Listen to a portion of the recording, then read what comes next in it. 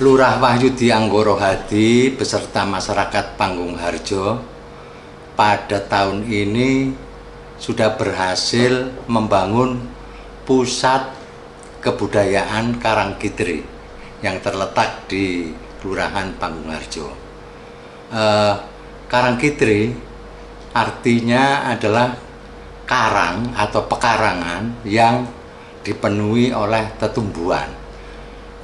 Cita-citanya dari pusat kebudayaan Karangkidri ini diharapkan tempat ini bisa menjadi pusat pendidikan masyarakat, mungkin tidak hanya Panggung Harjo tetapi juga masyarakat yang lain, untuk mengenali kembali tentang hal-hal peradaban, tentang kehidupan sehari-hari yang paling penting terhadap kemandirian masyarakat, terutama berurusan pada sikap konsumsi, sikap pangan yang dimakan sehari-hari. Diharapkan tidak perlu harus datang dari jauh-jauh tetapi datang dari pekarangan kita sendiri. Diharapkan di pusat kebudayaan Karangkidri ini juga akan melahirkan pemikiran-pemikiran, juga pemahaman-pemahaman, juga prinsip-prinsip kehidupan yang lebih baik dibandingkan kehidupan-kehidupan masa sebelum-sebelumnya. Mas Wahyudi Anggoro Hadi, Lurah Panggung Harjo, meminta saya untuk minta doa, sebetulnya minta doa kepada Cak Nun tentang apa yang sudah dilakukan Lurah Panggung Harjo beserta masyarakat ini. Nah, saya mohon Cak Nun memberikan semacam peneguhan lah, semacam tentu saja juga doa bahwa sebenarnya pilihan apa yang sudah dilakukan oleh Lurah Panggung Harjo, Mas Wahyudi Anggoro Hadi ini sebenarnya sudah pada jalan yang benar lah. Monggo Cak Nun. Dari sudut saya pribadi, saya itu kan tahun-tahun terakhir itu mengalami sebagai warga negara ini ya, saya itu terlalu banyak dibiui kekecewaan, kesedihan, keprihatinan, kebingungan, kadang-kadang juga menimbulkan amarah, kebencian, dan lain-lain itu ya. Nah, Panggung Harjo dengan Karangkidrinya ini nyun sewu merupakan anomali, karena berita dan pengetahuan saya mengenai Karangkidri ini sangat menggembirakan saya, sangat menghibur saya. Nah, kalau di breakdown ya, kenapa saya terhibur oleh ini, karena kan gini, kalau kita ngomong makro dulu, negara itu kan membuat satu, berhasil apa tidak kan satu, rakyatnya menjadi berdaulat, rakyatnya menjadi sejahtera, rakyatnya menjadi pinter, rakyatnya menjadi bijaksana, rakyatnya menjadi bersatu, utuh, jangkep gitu ya, lengkap sebagai manusia dan sebagai kumpulan manusia. Nah, kita kan tidak mengalami itu, jadi kita ini kan ambiar. Sekian pemerintahan itu kan kita tuh ambiar. Yang kaya cuma sebagian kecil, yang utuh juga hampir tidak ada, yang pinter juga hanya sebagian kecil, dan itu pun tidak dalam proses yang seharusnya memenuhi hak-hak dari semua umat manusia. Maka kita cicil sedikit ya, Karangkidri ini kalau kita misalnya pakai filosofi atau konsep desa mawa coro, negara mawa toto, maka kita mengalami bahwa negara ini tidak kunjung mawa toto, tidak kunjung mampu menata kewajibannya, maintenance-nya, manajemennya untuk mencapai beberapa kesejahteraan rohani jasmaninya rakyat tadi itu. Nah, menurut saya Karangkidrinya Pak Wahyudi di Panggung Harjo Bantul ini merupakan kelahiran kembali dari Desa Mawacoro di abad sekarang. Jadi itu bisa kita petakan sedemikian rupa. Jadi misalnya kan sekarang yang disebut Desa Mawacoro itu kan mengerti caranya mengolah kehidupan untuk umat manusia yang ada di desa itu kan gitu. Nah, manusia itu kan utuh. Oleh karena itu kalau kita ngomong Karangkidri, kita ngomong Mawacoronya Karangkidri itu Ya, pertama filosofinya, ini Anda hidup sendiri atau dengan alam. Alam itu, manusia itu hidup sendiri apa dengan alam? Kalau dia hidup dengan alam, alam itu adalah alatnya yang diinjak-injak dan dieksploitasi, ataukah dia adalah sahabatmu, bahkan saudaramu sama makhluk Tuhan? Nomor satu. Nomor dua, pakai Tuhan enggak? Kan ada masyarakat yang tidak pakai Tuhan. Jadi ya, masyarakat atau manusia dan alam saja. Nah, ini kan Panggung Harjo kan termasuk masyarakat yang bekerja sama dan memperindah kehidupan mereka, mengajak alam untuk sama-sama indah, mamayu hayuning bawono, ya toh. Tetapi dengan kesadaran bahwa itu semua karena rahmat Tuhan, semua karena ciptaan Tuhan, karena kemurahan Tuhan dan seterusnya. Oleh karena itu, saya tidak memaksa orang untuk bertuhan. Saya persilakan saja kalau ada konsep bahwa manusia hidup dengan dirinya sendiri, menciptakan dirinya sendiri, kemudian alam itu merupakan alat untuk dia eksploitasi atau untuk cari keuntungan manusia, monggo-monggo aja. Tapi Panggung Harjo dengan Karangkitrinya itu menunjukkan betapa manusia, alam, dan Tuhan itu berada di dalam satu pemetaan yang sangat harmonis dan kompatibel satu sama lain. Kalau kita ngomong apa? Kebudayaan atau peradaban, kan kita ini sekarang secara nasional kita itu sudah ambiar peradabannya. Kita tuh bingung, pemerintah pusat aja bingung akan ini, akan amandemen, akan dekret apa segala macam. Itu kita mengalami keterlanjuran melakukan sesuatu berpuluh-puluh tahun, sekarang kita sesali sendiri, terus kita akan kembali ke yang semula dan seterusnya. Nah, Karangkitri ini merupakan kelahiran kembali dari peradaban asli manusia Jawa dengan kelengkapan peradabannya. Jadi kalau mau secara teknis ya, jadi kalau manusia itu berarti ada rohaniahnya, ada akalnya, ada sesrawungannya, ada ada silaturahmi dan pergaulannya, bebrayannya itu ya. Terus berarti ada keindahannya, terus ada nafkahnya, pangannya. Jadi Karangkitri ini merupakan salah satu ekspresi dari kelengkapan masyarakat Jawa, peradaban Jawa, di mana tanah dengan tanaman itu didaya gunakan sedemikian rupa untuk kesejahteraan dan keindahan hidupnya manusia yang lengkap, jangkep lah. Nah, selama ini kan kita mengalami peradaban di mana manusia ora jangkep lah, sing nganggo hati-hati tok, sing nganggo pikiran-pikiran tok, sing nganggo tangan-tangan tok, sing nganggo sikil-sikil tok, kan begitu. Nah, ini Karangkitri ini utuh. Ini namanya utuhulu fisil mekafah kalau dalam Quran. Ini utuh.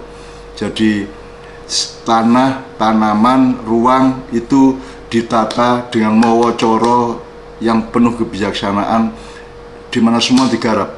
Jadi keagamaannya digarap, pangan, nafkah, pertaniannya digarap, olahraganya digarap, keseniannya digarap, dan semuanya. Jadi sama dengan kalau Anda mengingat secara transmigrasi masyarakat Jawa ke pulau lain atau ke negara lain, itu kan semua dengan kelengkapan itu. Jadi selalu ada pendekarnya, selalu ada ahli pertaniannya, selalu ada ahli agamanya, selalu ada ahli karawitannya. Jadi ada kelengkapan dari seluruh. Nah, di Indonesia ini kan kita kebingungan untuk menata manajemen kenegaraan, di mana semua itu ditumbuhkan secara komprehensif bersama-sama satu sama lain gitu.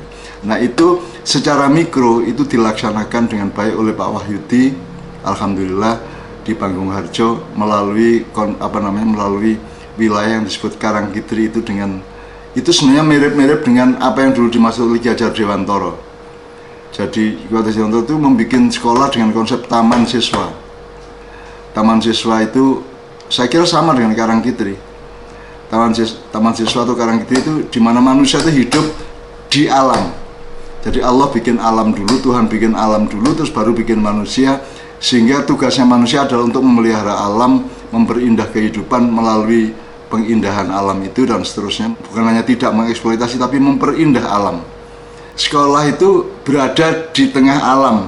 Nah, alam itu ada transformasi dari alam menjadi kebun atau menjadi sawah, gitu kan. Nah, ketika ketemu, misalnya hutan belantara, ketika ketemu manusia, hutan itu menjadi kebun, kan gitu kan. Nah, kebun itu kemudian juga punya yang namanya sawah. Nah, itu konsep taman siswa.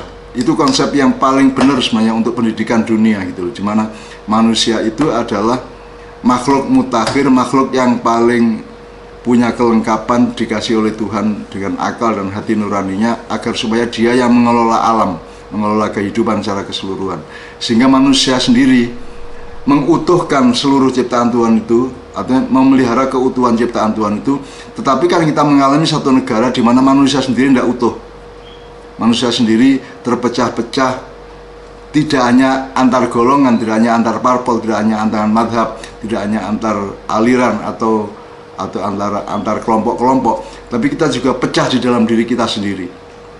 Jadi kita itu hanya, setiap manusia itu sekarang dididik untuk hanya berfokus pada kepentingannya, misalnya dia ingin kaya gitu dok, atau ingin pinter gitu dok gitu ya. Jadi pokoknya manusia itu kehilangan kelengkapan sebagai manusia, kehilangan keutuhan, artinya orang jangkep gitu loh. Nah, mudah-mudahan Karangkidri ini merupakan rintisan kembali, melahirkan kembali satu peradaban keutuhan, peradaban jangkep itu kan. Nah, saya kira itu mungkin seharusnya seluruh Indonesia kalau menghadap pemerintah, mesti pemerintah konsepnya seperti itu, memelihara keutuhan. Ya, dulu kan ada namanya manusia seutuhnya, sekarang udah nggak ada lagi, sudah nggak diomongin lagi, karena mereka juga bingung manusia seutuhnya itu bagaimana. Ya. Yang paling gampang yaitu ya ada nafkahnya, nafkah keduniaannya juga diurus, olahraganya diurus, keseniannya, keindahannya diurus, terus spiritualitasnya juga diurus gitu ya. Sekarang kalau kita belajar kepada misalnya ada dunia, ada akhirat. Yang selama ini kita keliru adalah bahwa kita itu pergi ke akhirat bermodalkan dunia. Padahal dunia itu tidak bisa memberikan apapun saja untuk bekal ke akhirat. Jadi misalnya di dunia Anda mau kaya, kaya itu tidak laku di akhirat. Pinter-pinter tidak laku, hebat, kuat, jagoan, itu tidak laku di akhirat gitu ya. Sebenarnya menurut saya etos yang lebih tepat adalah kita menempuh dunia dengan bekal akhirat. Bekal akhirat itu apa? Lu sekarang seorang bapak sayang sama anaknya itu nilai akhirat, bukan nilai dunia. Itu nilai akhirat. Suami, ada istri, ada nikah, itu nilai akhirat, bukan nilai dunia. Kalau nilai dunia itu tidak perlu nikah, tuh, karena lebih mengandalkan nafsu kan itu. Jadi itu tidak usah jauh-jauh juga. Misalnya Anda dari Jogja mau ke Jakarta, bekal Anda adalah pengetahuan tentang Jakarta. Pertama, kalau dari Jogja ke Jakarta itu mau lewat jalan yang mana, harus tahu Jakarta, maka Anda tahu jalannya. Terus nanti sampai di sana mau ngapain, Anda harus punya pengetahuan mengenai Jakarta. Jadi sekarang kita hidup di dunia ini menuju akhirat, menempuh jalan menuju akhirat. Bekalnya adalah pengetahuan mengenai akhirat, yaitu kasih sayang, kerjasama, keutuhan, persatuan, kesatuan, kebijaksanaan satu sama lain dan seterusnya. Jadi kita itu memang tidak didukung di Indonesia ini. Agama juga tidak ngajarin kita untuk berbekal akhirat menempuh dunia, karena kita makanya orang ada yang ahli dunia tidak peduli akhirat, ada yang ahli akhirat tidak punya dunia, akhirnya dia ngemis-ngemis, akhirnya bikin proposal dan ngemis-ngemis untuk jadi apa-apa di dunia kan gitu. Nah, sementara yang kita lakukan adalah mematangkan bekal akhirat itu untuk menempuh kehidupan di dunia, karena kehidupan di dunia ini tidak ada durasinya. Artinya Anda tidak bisa menentukan umurmu sampai berapa, zaman ini sampai berlaku sampai kapan, hidup ini kiamatnya kapan, kita tidak tahu. Maka sekarang juga kita harus punya bekal akhirat. Bekal akhirat adalah kita harus bijaksana satu sama lain, memberi satu sama lain. Ya, semua itu terangkum di dalam ajaran-ajaran agama yang selama ini tidak dijelaskan toh. Jadi selama ini kan orang bingung, tak tanya itu. Kamu berbekal dunia menuju akhirat atau berbekal akhirat untuk menempuh dunia? Karena berpikirnya linear, maka mikirnya dunia dulu baru akhirat. Padahal kalau Anda sekarang ke Jakarta aja, sekali lagi saya ulang ya, Anda ke Jakarta aja, bekal nomor satu adalah pengetahuan mengenai Jakarta toh? Bukan pengetahuan mengenai Jogja. Kalau Anda dari Jogja ke Jakarta tidak punya pengetahuan mengenai tujuanmu, maka kamu tidak akan ngerti lewat jalan mana, dan nanti di Jakarta kamu juga bengong, nggak ngerti apa-apa karena kamu tidak menghimpun pengetahuan mengenai Jakarta. Jadi menurut saya menurut saya Panggung Harjo sama Karangkidri ini menurut saya ini satu infrastruktur untuk semua manusia yang berkumpul di desa itu dan semua yang datang ke situ untuk tepat menentukan bekal-bekal hidupnya sampai ke tingkat dunia akhirat tadi itu gitu. Jadi kalau dari sudut negara ya Desa Mawocoro, Negoro Mawototo tadi jadi negara harus belajar kepada Panggung Harjo. Pemerintah harus santun. Jadi pemerintah jangan meremehkan Panggung Harjo, jangan meremehkan Karangkidri. Apalagi para ulama atau para intelektual atau orang-orang kampus jangan meremehkan, karena yang ngerti ini dia Mas Wahyudi malah sarjana farmasi gitu ya. Jadi kan itu bukti bahwa ternyata pembelajaran fakultatif itu tidak menentukan filosofi hidup seseorang gitu kan. Jadi Mas Wahyudi ini sarjana farmasi, tapi yang dia pakai untuk membangun Karangkidri bukan wacana-wacana dari kefarmasian. Yang dia pakai adalah keutuhan hidup dia dan gairah dia untuk juga mengutuhkan seluruh kehidupan di desanya. Kira-kira gitu ya. Gitu ya. Oke.